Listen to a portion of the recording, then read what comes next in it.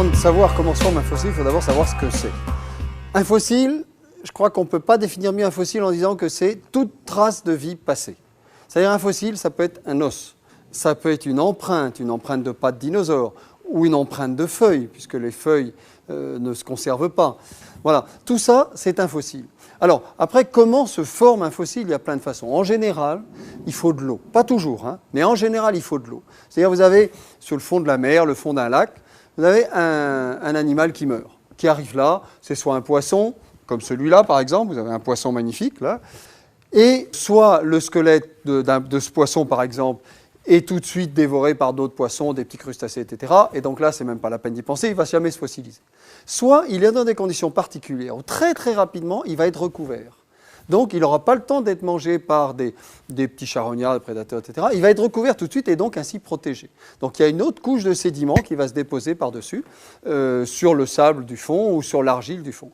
Et plusieurs millions d'années après, un géologue ou un paléontologue va arriver, va commencer à casser des roches et à donner des petits coups pour séparer les feuillets de calcaire, les feuillets de sédiments, et va trouver ce poisson qui aura, comme celui-là, 50 millions d'années à peu près, et donc qui va apparaître parfaitement conservé. Bien sûr, il ne restera plus, dans le cas de ce poisson, que le squelette. Mais, dans certains cas, comme on peut voir ici, il reste mieux que le squelette.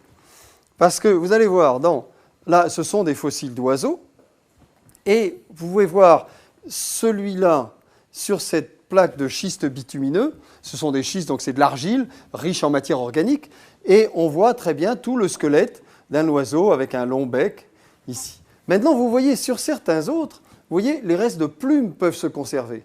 Alors, dans des cas où on est en milieu où il y a peu d'oxygène, où la matière organique ne se détruit pas facilement, donc on peut avoir des éléments de la matière organique comme les plumes qui peuvent se conserver.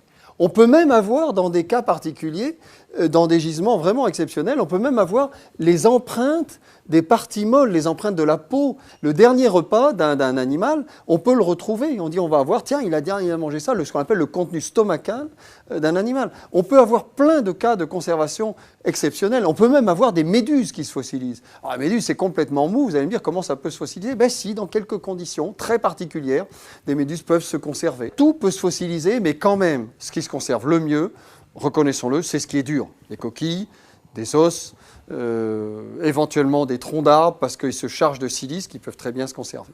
Voilà.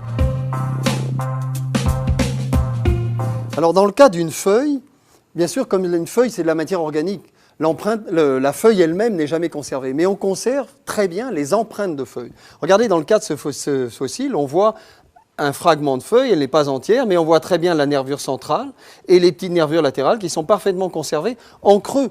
Parce que dans ce creux était la feuille, la nervure de la feuille. Cette nervure, qui est la partie organique de la feuille ayant disparu, il nous reste un creux. Donc c'est le moule externe de cette feuille.